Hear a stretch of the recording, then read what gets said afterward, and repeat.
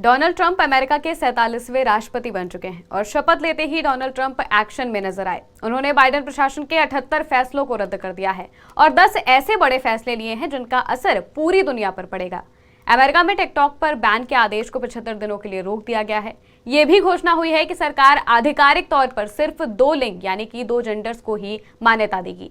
साथ ही अमेरिका में free speech को बढ़ावा देने की भी बात कही गई है।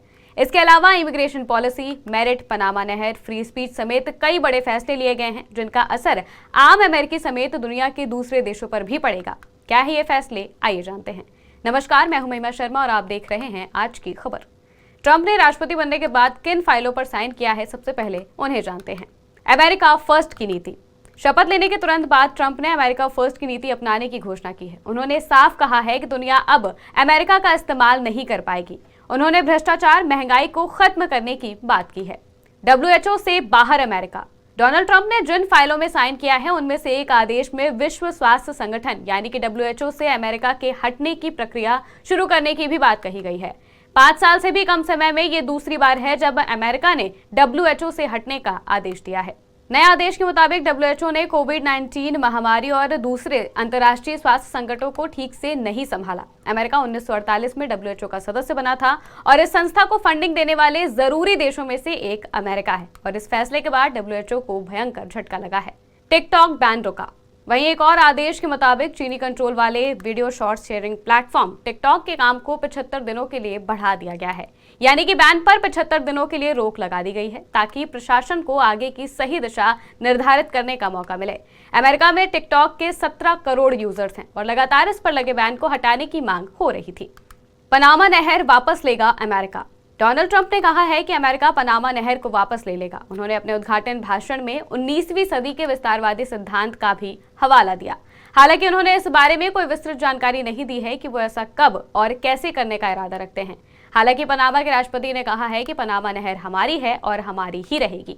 डॉज की स्थापना। ये वो डॉज कॉइन वाला डॉज नहीं है, बल्कि इसका मतलब डिपार्टमेंट ऑफ गवर्नमेंट एफिशिएंसी यानी कि सरकारी दक्षता विभाग है।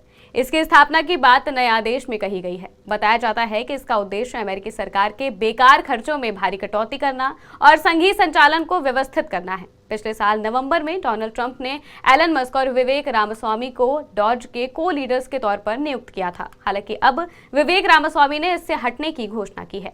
ट्रांसजेंडर सिस्टम खत्म।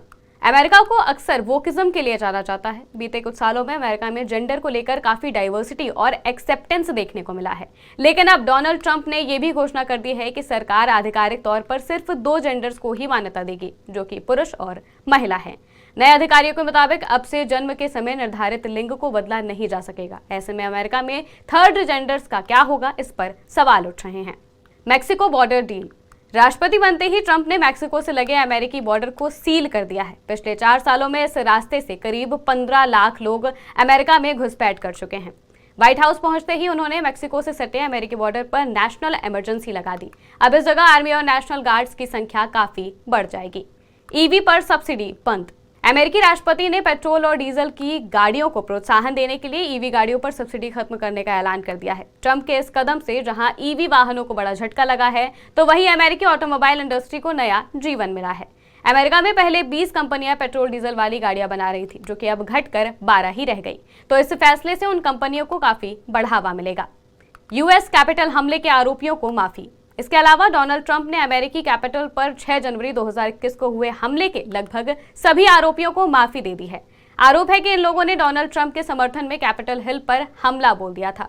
लगभग 1590 आरोपियों में से 14 को छोड़कर बाकी सभी के लिए सजा खत्म करने की बात कही गई है। फ्री स्पीच को बढ़ावा। इन सब के अलावा साथ ही अमेरिका में फ्री स्पीच को बढ़ावा देने की भी बात कही गई है। सभी सरकारी सेंसरशिप को रोकने की भी बात कही गई है। इसका मकसद अमेरिका में फ्री स्पीच को वापस लाने के लिए और फ्री स्पीच यानी कि अभिव्यक्ति की स्वतंत्रता को बहाल करना बताया गया है। डोनाल्ड ट्रंप के ये कदम ट्रंप की तरफ से अपने चुनावी अभियान के दौरान किए गए वादे को पूरा करते हैं। उन्होंने अपने कैंपेन में जो वादे किए थे उन्हें पूरा करने की दिशा में ये बड़ा कदम है और अभी तो बस ट्रंप के दूसरे टर्म की शुरुआत है। आने वाले वक्त में ट्रंप और क्या धमाल मचाएंगे, ये देखने लायक होगा। फिलहाल के लिए बस इतना ही। आप देखते रहिए आज की खबर।